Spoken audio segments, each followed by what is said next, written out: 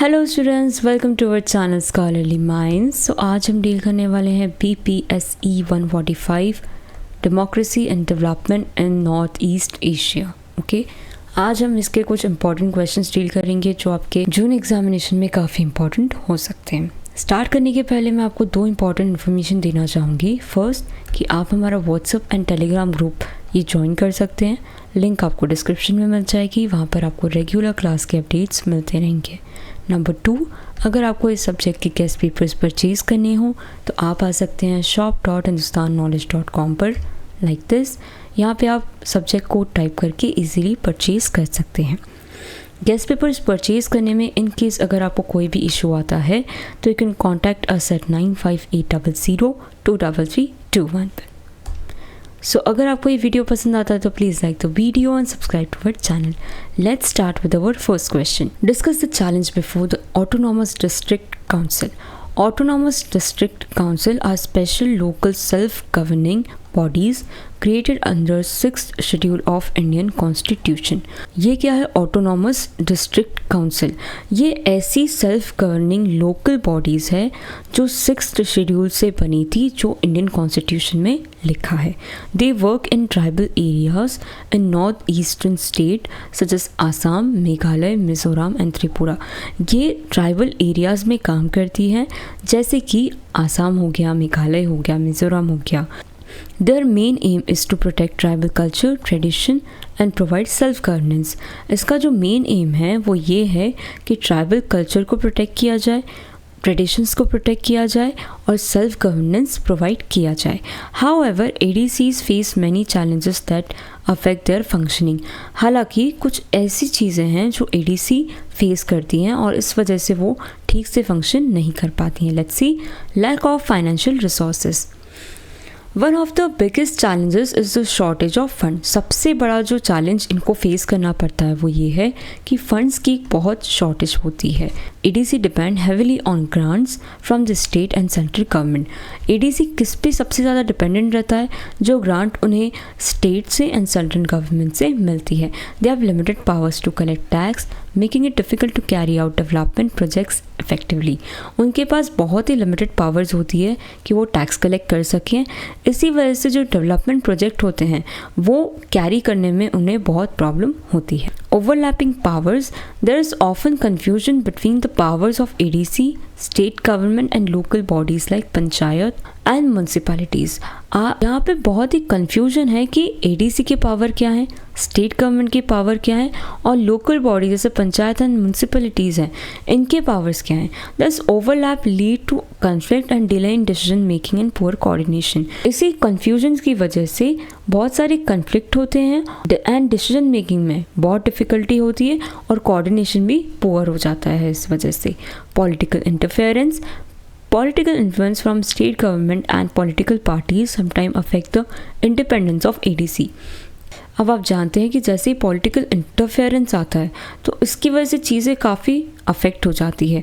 Political influence state government की तरफ से या फिर पॉलिटिकल पार्टीज़ की वजह से जो ADC का इंडिपेंडेंस है, जो वो करना चाहती है वो ठीक से नहीं कर पाती है। Frequent political conflict reduce the ability to focus on welfare of tribal communities. बार बार इनके जो पॉलिटिकल कन्फ्लिक्ट हैं इस वजह से जो ADC की एबिलिटी है वो ठीक से फोकस कर ही नहीं पाते हैं ट्राइबल कम्युनिटीज़ के वेलफेयर को लेकर। तो इस वजह से जो पॉलिटिकल इंटरफेरेंस है ADC को बहुत अफेक्ट कर जाता है। Administrative weakness. Many ADC suffer from lack of trained staff, modern technology and proper infrastructure। Weak administrative capacity results in slow implementation of policies and poor delivery of public services। बहुत सारी ADC सफ़र करती है क्योंकि उनके पास ना trend staff है, ना modern technology है, ना ही अच्छा प्रॉपर इंफ्रास्ट्रक्चर है। इसी वजह से जो वीक एडमिनिस्ट्रेटिव कैपेसिटी है और यही वजह से जो पॉलिसीज़ का इम्प्लीमेंटेशन है वो भी स्लो हो जाता है और पब्लिक सर्विसेज की डिलीवरी में भी बहुत डिले हो जाता है। Corruption and lack of transparency. Some ADC have been criticized for corruption, misuse of funds, lack of accountability। बहुत सी ADCs को क्रिटिसाइज़ किया गया है। क्यों? क्योंकि वो करप्शन कर रहे हैं, फंड्स का मिसयूज़ कर रहे हैं और अकाउंटेबिलिटी बिल्कुल लैक कर रही है। मतलब वो जवाब ही नहीं दे रहे हैं कि ऐसा क्यों किया आपने, ने ऐसा अगर कोई स्टेप लिया है तो ये स्टेप क्यों लिया आपने, ये पैसा अगर यहाँ पे लगाया है तो क्यों लगाया है। Weak monitoring system reduce public trust and limit the effectiveness of governance. Monitoring system अगर वीक होता है तो इससे पब्लिक ट्रस्ट तो कम हो ही जाता है, साथ में जो गवर्नेंस का इफेक्टिवनेस है वो भी लिमिट हो जाता है। Development challenge, many tribal area still face poor roads, health care, education and employment opportunities. आज भी कई सारे tribal area poor roads, poor health care और पुअर एजुकेशन सिस्टम, ना ही उन्हें ठीक से एम्प्लॉयमेंट अपॉर्चुनिटीज़ मिल पा रही है। ADC often struggle to balance economic development with the protection of tribal culture and natural resources. ADC बार बार बहुत ही स्ट्रगल करती है क्योंकि वो इकोनॉमिक डेवलपमेंट को, ट्राइबल कल्चर के प्रोटेक्शन को बैलेंस नहीं कर पा रही है, ठीक है। तो इस वजह से चीज़ें काफ़ी डिफ़िकल्ट हो जाती है। Land and resources conflict, dispute over land ownership, forest right and natural resources are common. अब इन चीज़ों पे लड़ाई झगड़े तो बहुत ही कॉमन है। Rapid urbanization and industrial project create pressure on tribal land. अब जिस तरह से अर्बनाइजेशन होता जा रहा है, नए नए इंडस्ट्रियल प्रोजेक्ट्स आते जा रहे हैं, इस वजह से जो ट्राइबल लोगों का जो लैंड है, पीस ऑफ लैंड है, इस पर बहुत ही प्रेशर क्रिएट हो रहा है, जिसकी वजह से कम्युनिटीज़ के बीच, गवर्नमेंट के बीच एंड प्राइवेट कंपनीज के बीच कॉन्फ्लिक्ट बढ़ते ही जा रहे हैं। Demand for greater autonomy. Some tribal groups believe that ADC do not have enough powers to address their needs. This has led to demands for greater autonomy or even separate state, creating political and administrative challenge. कुछ tribal groups believe करते हैं कि ADC के पास ज़्यादा powers तो है ही नहीं कि उनकी नीड्स को एड्रेस किया जा सके। इसी की वजह से वो डिमांड करते हैं कि ऑटोनॉमी ग्रेटर होना चाहिए या फिर स्टेट्स को सेपरेट कर देना चाहिए, जिसकी वजह से पॉलिटिकल एंड एडमिनिस्ट्रेटिव चैलेंजेस बढ़ते जा रहे हैं। कंक्लूजन हम देखते हैं, autonomous district council play an important role in protecting the identity and right of tribal communities. अब इसकी वजह से अब जो एडीसी है ये एक बहुत ही इंपॉर्टेंट रोल प्ले करती है किस चीज़ में, आइडेंटिटी को प्रोटेक्ट करने में और राइट्स को प्रोटेक्ट करने में, किसके, ट्राइबल कम्युनिटीज़ के। However financial constant, administrative weakness, ये सारी चीज़ें भी अभी हैं जिसकी वजह से एडीसी की इफेक्टिवनेस लिमिट हो जाती है। इन strengthening financial autonomy, improving governance, increasing transparency, ये सारी चीज़ें का जो परफॉर्मेंस है वो इम्प्रूव कर सकती है, ठीक है। अगर फाइनेंशियल ऑटोनॉमी इंक्रीज़ हो जाए या फिर गवर्नेंस इम्प्रूव हो जाए, ट्रांसपेरेंसी बढ़ जाए, उनका जो स्टेट गवर्नमेंट के साथ कोऑर्डिनेशन है वो अच्छा हो जाए, तो इससे क्या होगा, एडीसी अच्छा परफॉर्म कर पाएगी, है ना, और अच्छे डिसीजंस ले पाएगी, जिसकी वजह से इंक्लूसिव डेवलपमेंट प्रमोट होगा ट्राइबल एरियाज़ में। Correct. Let's move on further. Describe the origin and nature of Bodo movement in Assam. Bodo movement is an important regional movement in Assam. ये एक इम्पॉर्टेंट रीजनल मूवमेंट है असम में। ये किसने स्टार्ट किया था, बोडो पीपल ने, one of the largest indigenous tribal communities of the state. ये कौन थे, लार्जेस्ट इंडिजिनस ट्राइबल कम्युनिटीज़ थे असम के। The movement aimed to protect their identity, culture, language and political rights. इस मूवमेंट का फोकस क्या था कि उनकी आइडेंटिटी, कल्चर, लैंग्वेज को बचाया जाए। Over the time it also demanded a separate state and greater autonomy. उन्होंने वक्त के साथ क्या डिमांड किया कि हमारा एक अलग से स्टेट होना चाहिए एंड हमारी ऑटोनॉमी बड़ी होनी चाहिए। अब ग्रेटर ऑटोनॉमी का मतलब क्या होता है कि वो सेल्फ गवर्नेंस का पावर उनके पास ज़्यादा हो, इंडिपेंडेंट डिसीजन मेकिंग हो, वो खुद के डिसीजन खुद ले सकते हैं, एंड एक्सटर्नल कंट्रोल से उनका फ्रीडम हो, ठीक है, कि कोई भी उनको कंट्रोल ना करे। Origin of Bodo movement. The roots of Bodo movement can be traced to the 1960s and 1970s. The Bodo people felt neglected in terms of education, economic development and political representation. ये कब की बात है, 1960 and 70 की बात है। Bodo people को neglected feel हुआ था, किस बारे में, एजुकेशन को लेकर, इकोनॉमिक डेवलपमेंट को लेकर, ये सारी चीज़ों को लेकर उन्हें थोड़ा नेग्लेक्टेड फील हुआ। इस वजह से उन्होंने बोडो मूवमेंट स्टार्ट किया था। दे believe that government policies mainly benefited other communities while their own areas remain अंडरडेवलप्ड। उनके हिसाब से गवर्नमेंट की जो पॉलिसीज़ है वो दूसरी कम्युनिटीज़ को बहुत बेनिफिट कर रही हैं, लेकिन जो उनका खुद का एरिया है वो अंडर डेवलप्ड रह गया है। The movement become stronger in 1980s under the leadership of organization like all Bodo students union under the leadership of Upendra Nath Brahma. ABSU demanded a separate state called Bodo Land for Bodo people. The movement gained wide public support among the Bodo community. अब ये जो movement है वो 1980s में काफ़ी ज़्यादा strong हो चुका था। किस ऑर्गेनाइजेशन की वजह से? All Bodo strong union. Upendra Nath Brahma के लीडरशिप के अंडर ABSU ने ये डिमांड रखी कि हमें एक सेपरेट स्टेट चाहिए जिसका नाम बोडो लैंड होगा, ठीक है, और ये किसके लिए होगा? बोडो पीपल के लिए होगा। अब इस मूवमेंट को बहुत ज़्यादा पब्लिक सपोर्ट मिला, किसके थ्रू? बोडो कम्युनिटी के through. Nature of Bodo movement, let's see. Identity based movement, the main objective was to preserve the Bodo language, tradition, custom and cultural identity. The community wanted recognition and protection of its unique heritage. ये क्या चाहते थे कि इनकी language and इनका tradition, custom, culture, identity ये सब preserve हो जाए, और ये चाहते थे कि इनको रिकॉग्निशन मिले और इनका जो हेरिटेज है, इनका जो यूनिक हेरिटेज है उसकी प्रोटेक्शन हो। Political movement, the movement demanded greater political participation and self-governance. It later focused on creating a separate Bodoland state or autonomous region within Assam. अब ये जो movement था इसने greater political participation मांगा कि हम अपनी चीज़ें खुद डिसाइड करेंगे, हम अपने डिसीजंस खुद लेंगे। बाद में इनका जो फोकस था वो बोडोलैंड क्रिएट करने पे हो गया था, और या फिर ये चाहते थे कि इनका एक ऑटोनॉमस रीजन रहे आसाम में ही। Socio economic movement, the Bodos demanded better education, employment opportunities, and infrastructure and economic development in their areas, which they considered neglected by the government. इनका ये भी चाहना था कि अब हमें एजुकेशन, अच्छा एजुकेशन चाहिए, हमें अच्छी एम्प्लॉयमेंट अपॉर्चुनिटीज़ चाहिए, अच्छा इंफ्रास्ट्रक्चर चाहिए, ठीक है, कहाँ पे? इनके एरिया में जहाँ पे उन्हें ऐसा लगता था कि गवर्नमेंट ने हमें नेगलेक्ट कर दिया है, इग्नोर कर दिया है। इसलिए ये लोग ये चाहते थे कि अब इन्हें ये सारी चीज़ें मिले, एजुकेशन में अपॉर्चुनिटी मिले, एम्प्लॉयमेंट अपॉर्चुनिटी मिले, इंफ्रास्ट्रक्चर अच्छा हो जाए, ठीक है। Democratic and violent phase, initially movement follow democratic methods such as rallies, protest and negotiation. However some militant group later adopted violent means leading to clashes and instability part of Assam. अब starting में ये movement ने क्या follow किया था? Release निकाली, protest किए, negotiations किए। बाद में कुछ मिलिटेंट ग्रुप्स ने वायलेंट मीन्स को अडॉप्ट कर लिया, मतलब लड़ाई झगड़े करना शुरू कर दिए, जिसकी वजह से क्लैशेस भी हुए और आसाम में इंस्टेबिलिटी भी हुई। Eventually piece talk and agreements have reduce violence. लेकिन कुछ वक्त बाद पीस टॉक मतलब शांत भरी बातें हुई कि आप बैठिए, हम भी बैठते हैं, हम बात करते हैं, चीज़ों को सॉल्व करते हैं, इस वजह से वायलेंस कम हुआ। Let's move on further. Autonomy through agreements. Several peace accords were signed between government and Bodo group. This agreement led to the creation of autonomous administrative institution that gave a Bodo community greater control over local governance and development. कुछ वक्त बाद कुछ agreement sign किए गए, किसके बीच में? Government and Bodo groups के बीच में।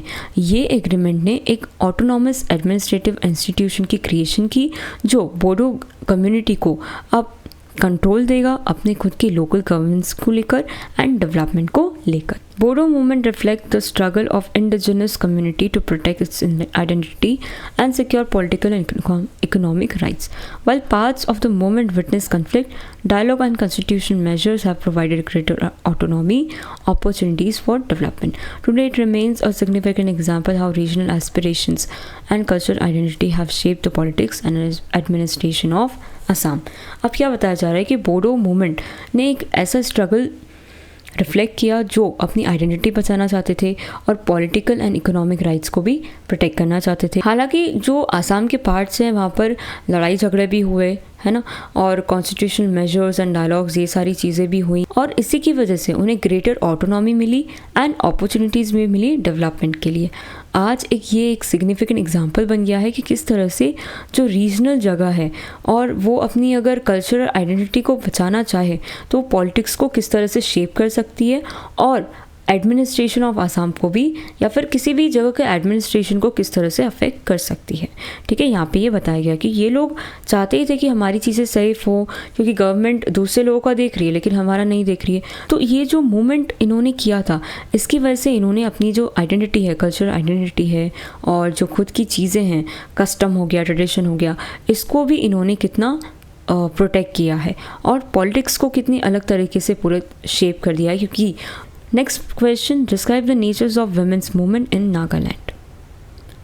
The women's movement in Nagaland The women's movement in Nagaland is different from many other women's movements in India.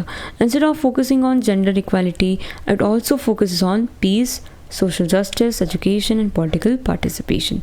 Women's organizations in Nagaland have played an important role in improving society while protecting the tradition and culture of Naga people. ये जो movement था नागालैंड में, ये बाकी women's movement से बहुत ही अलग था, क्योंकि ये जेंडर इक्वालिटी पे तो फोकस करता ही था, लेकिन साथ में पीस, सोशल जस्टिस, एजुकेशन, इस पे भी इस मूवमेंट ने काम किया है।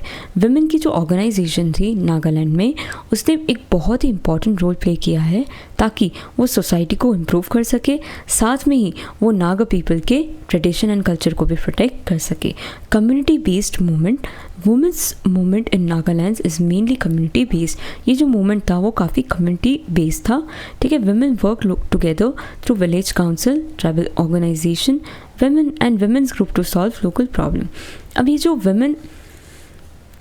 जो women थी वो विलेज काउंसिल में साथ में काम करती थी, ट्राइबल ऑर्गेनाइजेशन में भी साथ में काम करती थी और साथ में जो लोकल प्रॉब्लम्स है उसे भी सॉल्व करती थी। उन्होंने यूनिटी को प्रमोट किया था, सोशल वेलफेयर को प्रमोट किया था और कम्युनिटीज़ के डेवलपमेंट के लिए भी काम किया था। Focus on peace and conflict resolution, Nagaland has experience political conflict for many years. बहुत वक्त तक यहाँ पे पॉलिटिकल कन्फ्लिक्ट होते रहे। Women have actively participated in peace building effort by encouraging dialogue and reducing violence. Women ने बहुत ही एक्टिवली पार्टिसिपेट किया ताकि पीस मेंटेन हो सके बाय इनकरेजिंग डायलॉग एंड लड़ाई झगड़े को कम करके। They believe that lasting peace is necessary for the progress of society and future generation. इन वुमेन का मानना था कि पीस जो लंबे वक्त तक रहेगा, इसी के थ्रू सोसाइटी में प्रोग्रेस आ पाएगा और फ्यूचर जनरेशन के लिए भी ये बहुत अच्छी चीज़ होगी।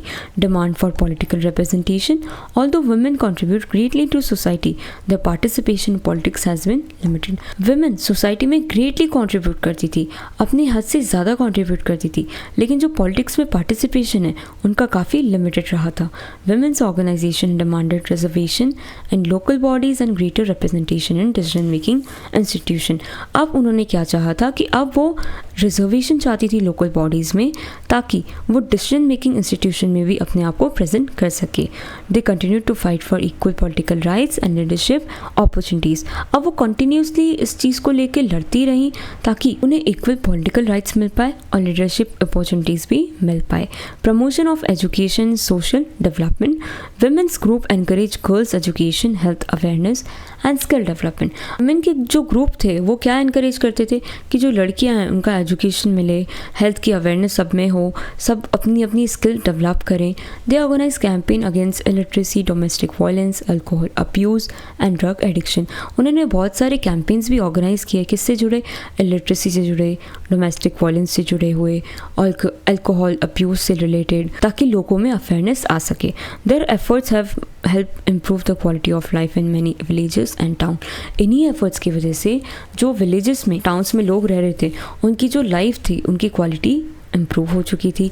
Protection of customary rights and with reform, the movement respect Naga customs and tradition but also support reform where women face discrimination. अभी जो मूवमेंट था वो कस्टम एंड ट्रेडिशन को तो रिस्पेक्ट करता ही था और साथ में वो ऐसे रिफॉर्म को भी सपोर्ट करता था जहाँ पर वुमेन डिस्क्रिमिनेशन फेस कर रही है। Many women demand equal rights in property. बहुत सारी वुमेन अब प्रॉपर्टी में भी इक्वल राइट्स डिमांड करने लगी थी। Inheritance and public decision making while maintaining cultural identity.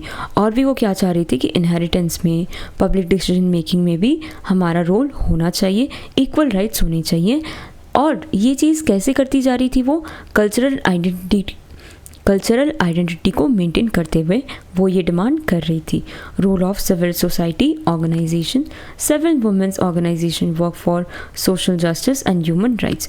बहुत सी वुमेन ऑर्गेनाइजेशन अब social justice and human rights को लेकर काम कर रही हैं। This group organize awareness program, workshop and campaign to empower women economically and socially. अब ये जो ग्रुप है वर्कशॉप एंड कैंपेन्स भी ऑर्गेनाइज करवा रहे हैं ताकि जो वुमेन हैं वो इकोनॉमिकली एंड सोशली इंडिपेंडेंट हो सके। ये ऐसी वुमेन्स को भी सपोर्ट करती हैं जो वायलेंस के विक्टिम हो, साथ में सेल्फ एम्प्लॉयमेंट भी इंकरेज करती हैं। Challenges: Despite progress, the women's movement faced challenges such as patriarchal tradition, low political representation, limited economic opportunities, and resistance to legal reform. Balancing traditional custom with modern ideas of gender equality remains a major issue.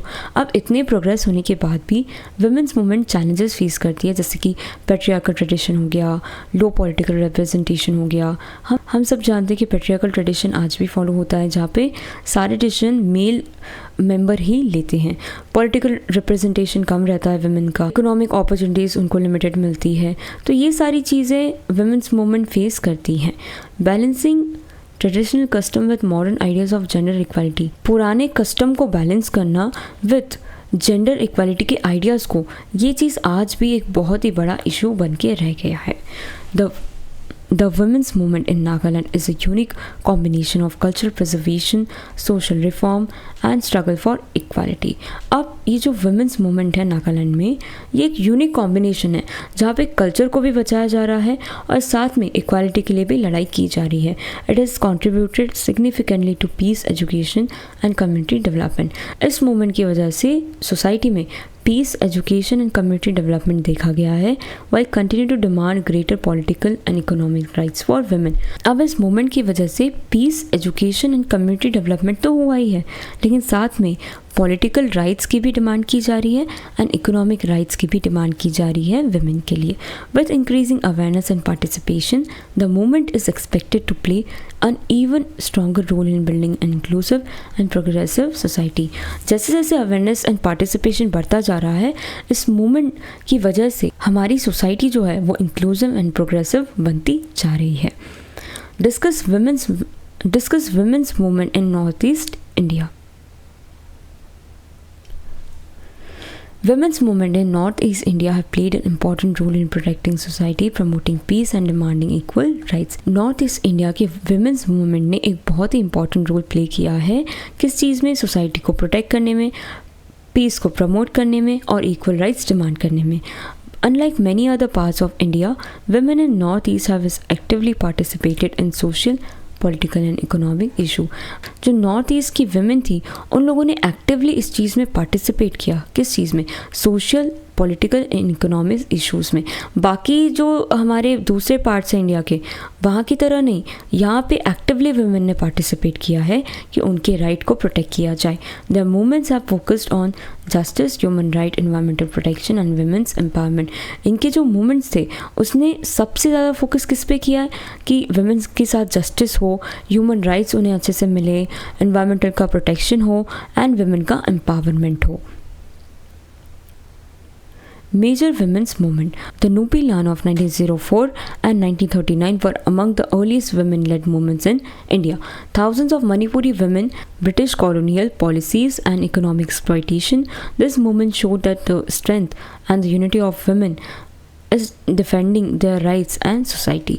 ये बहुत ही पुराना movement था जो women ने चालू किया था।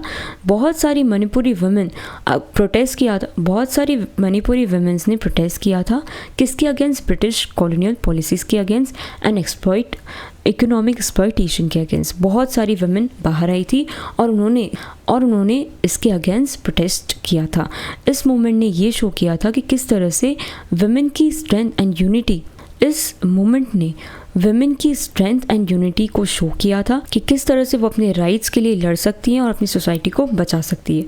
Meera Paibi movement, also known as women's torch bearers, emerged in 1970s. Women organized night patrols to fight alcoholism, drug abuse and violence. Later they became strong voice against human rights violation and demanded peace during periods of conflict. अब ये एक और movement की बात यहाँ पे की जा रही है, मीराबाई भी, जिसे विमेन टॉर्च बियरर्स भी कहा जाता है, जो 1970 में इमर्ज हुआ था। इसमें जो विमेन हैं वो नाइट पेट्रोल पे निकली थी ताकि वो अल्कोहलिज्म से, ड्रग अब्यूज़ से एंड वायलेंस से खुद को बचा सके, इसके खिलाफ लड़ सके। बाद में ये बहुत ही स्ट्रॉन्ग वॉइस बन गई थी ह्यूमन राइट्स वायलेशन के अगेंस्ट, और साथ में पीस की डिमांड की गई थी during the period of conflict. Protest against AFSPA. Women in Manipur strongly opposed the Armed Force Special Powers Act due to alleged human rights abuse. In 2004, a group of Manipuri women staged a historic naked protest in front of Kangla Fort after the death of Thang Panorama, drawing national and international attention to their demands for justice. अब ये एक ऐसा moment था जो मणिपुर की women थी, उन्होंने armed force special power act को अपोज किया था क्योंकि ये ह्यूमन राइट्स को अब्यूज़ कर रहे थे। 2004 में एक ग्रुप ऑफ मणिपुरी विमेन ने एक हिस्टोरिक नेकेड प्रोटेस्ट किया था कांगला फोर्ट के सामने after the death of Thangjam Manorama, जिसकी वजह से नेशनल एंड इंटरनेशनल अटेंशन मिली थी ताकि इन्हें जस्टिस मिल सके। Okay, environmental and tribal rights movement. Women from states like Nagaland, Meghalaya and Arunachal Pradesh have actively participated in movements to protect forest, land and natural resources. They have opposed illegal mining, deforestation projects that threaten the livelihood of tribal communities. Nagaland, Meghalaya and Arunachal Pradesh की जो women's थी उन्होंने इस movement में actively participate किया था ताकि forest को, लैंड को, नेचुरल रिसोर्सेज को बचाया जा सके। इन विमेंस ने इस चीज़ को भी अपोज किया था, किन चीज़ों को, जो इलीगल माइनिंग हो रही थी, डिफॉरेस्टेशन हो रहा था या कोई ऐसे प्रोजेक्ट्स चल रहे थे जिसकी वजह से वो रोज़ी रोटी नहीं कमा पाए या उस पर आँच आए। तो ट्राइबल कम्युनिटीज़ की जो विमेन थी उन्होंने ऐसी चीज़ पे भी अपोज किया था ताकि ये सारी चीज़ें बचाई जा सके और जो नेचुरल रिसोर्सेज है, जो एनवायरनमेंट है, उसे सेव किया जा सके। Women organization and self-help group. Many local women's organization and self-help group work for education, healthcare, livelihood and political participation. बहुत से women's के organization and self-help group ऐसे हैं जो education, healthcare, livelihood and political participation के लिए काम करते हैं। वो एनकरेज करते हैं विमेन को ताकि वो फाइनेंशियली इंडिपेंडेंट हो सके और लीडरशिप रोल्स ले सके सोसाइटी में। अब इन चीज़ों के इसके अचीवमेंट क्या हैं? Increased participation of women in social and political activities. इसकी वजह से जो वुमेन का पार्टिसिपेशन है सोशल में एक्टिविटीज़ में और पॉलिटिकल एक्टिविटीज़ में वो बढ़ता है। Awareness about human rights and gender equality, women की जो अवेयरनेस है about human rights and gender equality ये भी बढ़ती है। Help reduce social problem like alcoholism and drug abuse in some areas. इसकी वजह से जो सोशल प्रॉब्लम्स है वो भी काफ़ी हद तक कम होते दिखे। Strengthen community and participation, peace building and development. इसकी वजह से कम्युनिटी काफ़ी पीसफुल बनती है। Inspired women across India through their courage and leadership. इसी वजह से विमेन को, इस मूवमेंट की वजह से विमेन को इंस्पिरेशन मिलती है। इसी की वजह से बहुत सारी विमेंस भी इंस्पायर होती हैं उनके करेज एंड लीडरशिप के थ्रू। चैलेंजेस क्या क्या हैं? Continuing arm conflict and political instability. इसकी वजह से हो सकता है कुछ लड़ाई झगड़े हो जाए और पॉलिटिकल इंस्टेबिलिटी भी आ जाए। Representation, limited representation in formal politics despite active social participation. ठीक है, सोशल पार्टिसिपेशन एक्टिव हो सकता है लेकिन फॉर्मल पॉलिटिक्स में रिप्रेजेंटेशन लिमिटेड हो सकता है। जेंडर डिस्क्रिमिनेशन तो होता ही है। Economic and education inequalities and remote areas. ठीक है, आज भी हम देखते हैं कि रिमोट एरियाज़ में इकोनॉमिक इनइक्वालिटी तो होती ही है, साथ में एजुकेशन इनइक्वालिटी भी देखी जाती है। Women's movement in north east India are unique because they combine fight for human right with struggle for peace, justice and community welfare. देखिए, विमेन जो नॉर्थ ईस्ट इंडिया की विमेन के मूवमेंट होते हैं वो काफ़ी यूनिक होते हैं क्योंकि विमेन राइट्स की तो लड़ाई होती है लेकिन साथ में peace, justice and community welfare के लिए भी स्ट्रगल किया जाता है, उसकी भी डिमांड की जाती है। Through courage, unity and leadership women have become powerful agent of social change. अब यूनिटी, करेज एंड लीडरशिप की वजह से वुमेन काफ़ी पावरफुल एजेंट बन चुकी है सोशल चेंज के लिए। उनके जो कंट्रीब्यूशन है वो आज भी इंस्पायर करते हैं, उनके जो एफर्ट है वो आज भी equality, democracy and sustainable development create करते हैं किसी भी रीजन में। Their contribution continue to inspire effort toward equality, democracy and sustainable development and the region. अब उनकी जो contribution है आज भी continued है ताकि equality, democracy and sustainable development region में हो सके.